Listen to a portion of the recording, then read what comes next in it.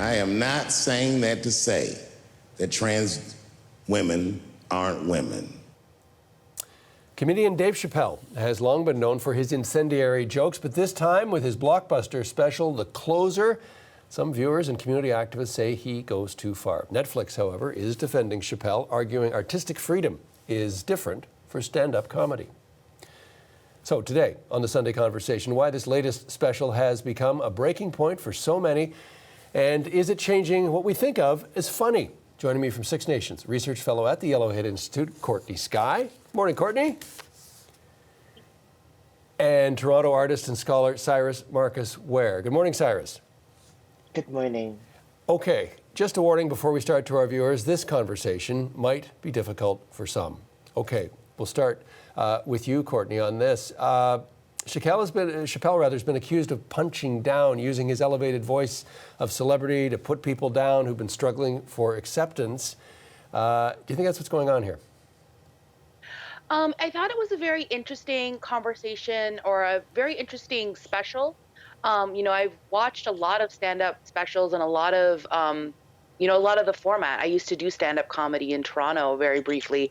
And so I don't think he was trying to punch down. I think that he did. I think that his jokes didn't have that nuance and that kind of sophisticated kind of skewering of gender and power that he was hoping to have. I feel like he was trying to have a conversation around, intersectionality, right?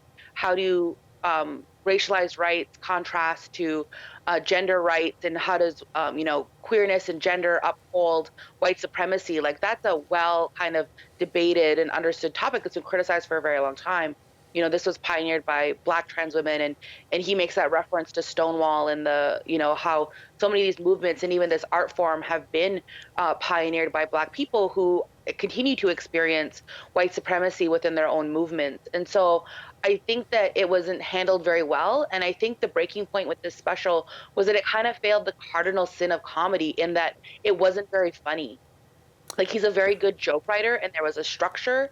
He relied on a lot of the kind of, the things of jokes that you need, but they weren't necessarily funny. Like, I don't think I laughed in the entire special. Yeah, he seems to be an effective communicator, but of course the issue is over what he's saying and who he's saying it to. Syrus, your take? Yeah, it's interesting that he ends the special with this line, please stop punching down on my people, because for a lot of Black trans people, we felt like he was punching down on us, because of course, by creating this opposition of race and gender, he inadvertently or intentionally creates the conditions that says that Black and trans don't go together, and that Black, trans, and queer people don't exist. And so that does create ripples of harm that does sort of spread out. Whether it was intentional or not, the impact is real. He mentions in the special, there's literally, a trans comic who is not alive anymore, in part because of being connected to Chappelle. And of course, we saw with the Netflix walkout, someone lost their job, a Black non-binary, a person who was pregnant lost their job, over organizing the walkout. So the collateral damage is real, whether the intention was there or not. And yet, this is an incredibly popular, highly rated special. Everyone's seeing it. Is this curiosity, or does this say something about the audience he's able to attract with this sort of material? Courtney? Yeah, I think it's definitely more controversy. I actually watched the special with a friend of mine who doesn't have the same depth of understanding of like gender theory and, queer history that I do. And this was kind of the first time that person had had a long conversation about gender and transness and what does that mean. And, I think about that kind of introduction to a really, introduction to the theory and the understanding and the history. And it's really misfortunate because I feel like it wasn't a good introduction. I spent a lot of time talking about like, how do you unpack these things, and if this is the entry that people are having into this conversation around what does it mean to understand how, gender binary harms all of us, and especially harms trans and, gender diverse people, then I think that's really unfortunate. And I think that that's kind of where the criticism is coming from, is that, people from this community should be able to speak to their own experiences. And I definitely think that, he had a lot of criticism and critique for young trans folk and young queer folk who I don't think necessarily worry about Dave Chappelle or his opinion or his career. Like, they are far more beyond where he is in his limited understanding, and they're driving community conversation and community work in a way that hopefully is unaffected by these kinds of dated understandings of what does it mean to have a comic, critique and take up space in a conversation with such clumsiness. So, as you're saying, people are maybe coming to him, Courtney, for the first time because of all the controversy, or just they're curious, or they want to understand or try to understand what it's all about. But Syrus, what does it say to you that there are those who are in his audience, maybe, and who have followed all his specials, and are pulling for him? What is he saying to them, do you think? Well, I think, he's definitely speaking to a particular audience. And, I've heard people defend and support, his right to be able to make the comments that he made. What concerns me, I suppose, is that, it's really contributing to this erasure of Black, queer, and trans people. So, it does bear watching what it means for particular people to only have this exposure. Their only engagement with trans issues is through this Netflix comedy special, which, as Courtney mentioned, wasn't very funny and doesn't really push the envelope or help you to think about gender in new ways. So I think we have, I'm sort of wondering what, for this particular audience who are maybe loyal Dave Chappelle fans, this is not a place to get your trans 101. This is not a place to learn about trans people. This is maybe something else is happening here. So I'm really looking at who are the Black trans comics, who are the great people who are making jokes that are helping us to think about gender in new ways. And I'm hoping that the audience who tuned in salaciously to watch this comedy special will also tune in to their work to watch what they're producing. But Syrus, you're an artist. Where do you stand in terms of the right of an artist to say or do what he or she wants to say without having the fear of censorship? I mean, as artists, we should be able to get to create and make work that is provoking and that really, provokes and sparks conversation. As an artist, I know that I have a responsibility, however. I have a responsibility for what I put out into the world.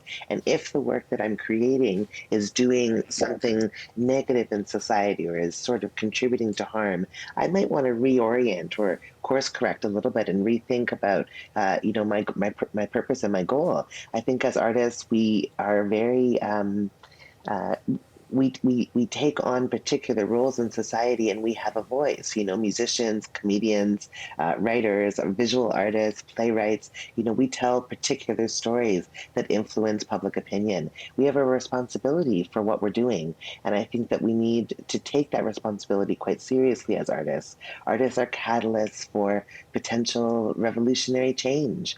Artists can also help us to go in directions that we don't want to go by perpetuating old ideas. So this is the situation that we're in right now. We are seeing a comedian go in a particular direction.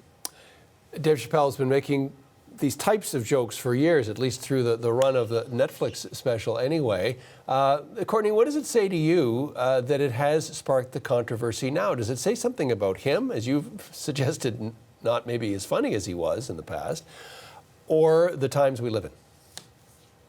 Yeah, I think it's both. And I think that, so much of, Dave Chappelle's brilliance and a lot of brilliance of comedians is taking these things about our society and having this commentary on them and, having a kind of critical and deconstructing and making these big, tough issues easy for people to understand and connect with through humor.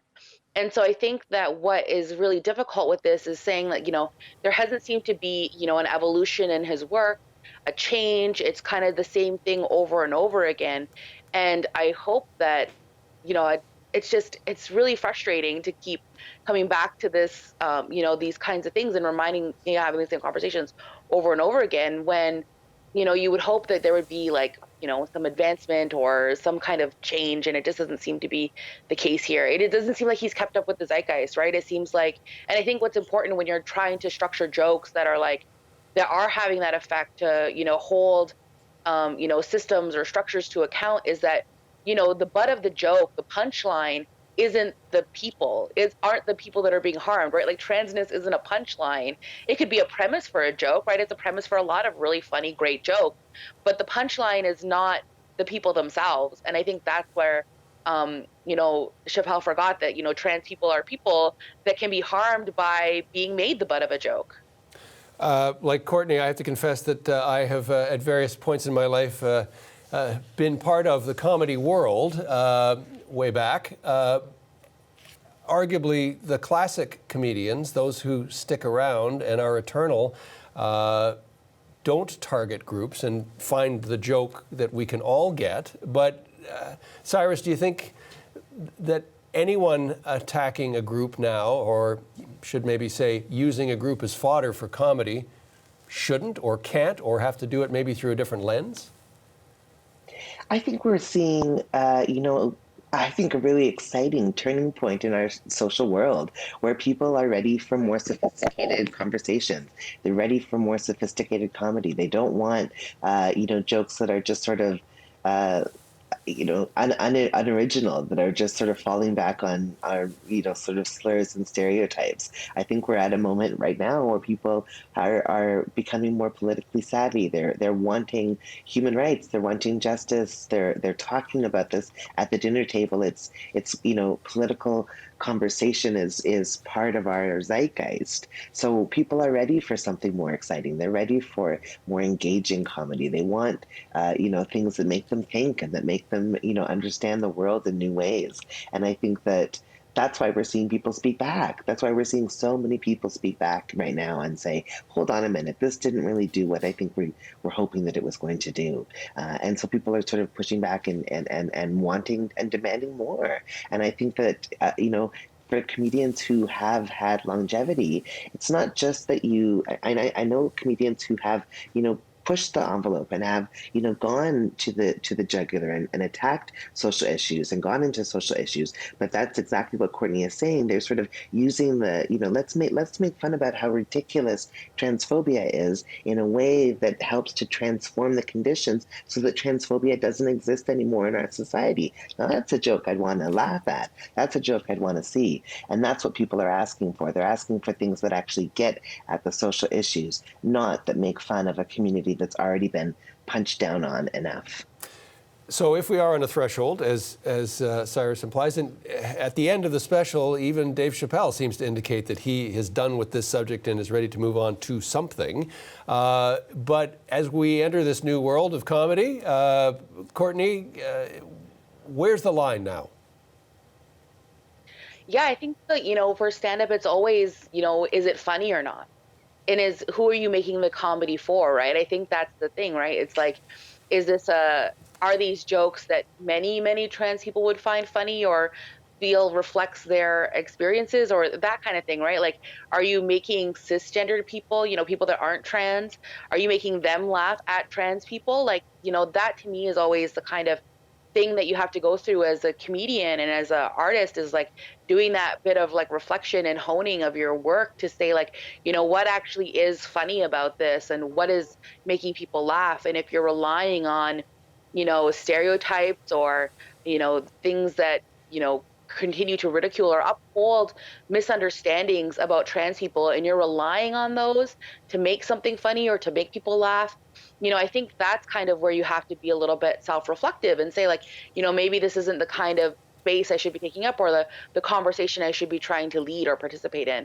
And I think this is really important because like, it's one thing to like criticize, comedians, but I also think this is something where for me, what was kind of disappointing is that, the stand-up special, the hour-long comedy special, is a art format that was pioneered by Black men. Richard Pryor was the first person to do a stand-up special, and it was transformative, and it was, and so much of trans liberation and trans work has been led by Black trans people. And so I think that that's kind of a little bit of what's underlying here too, is a disappointment of like wanting to have this continued cultural exchange and respect for the place where Black folks contribute so much to these conversations and do so much to push that envelope forward. And there are many, many ways where, hopefully there are different kinds of conversations to be sparked from this. But I think it's also worthwhile to say that, like, I think that might be a little bit of it as well, is that it's easier to continue to ridicule, a specific person who upholds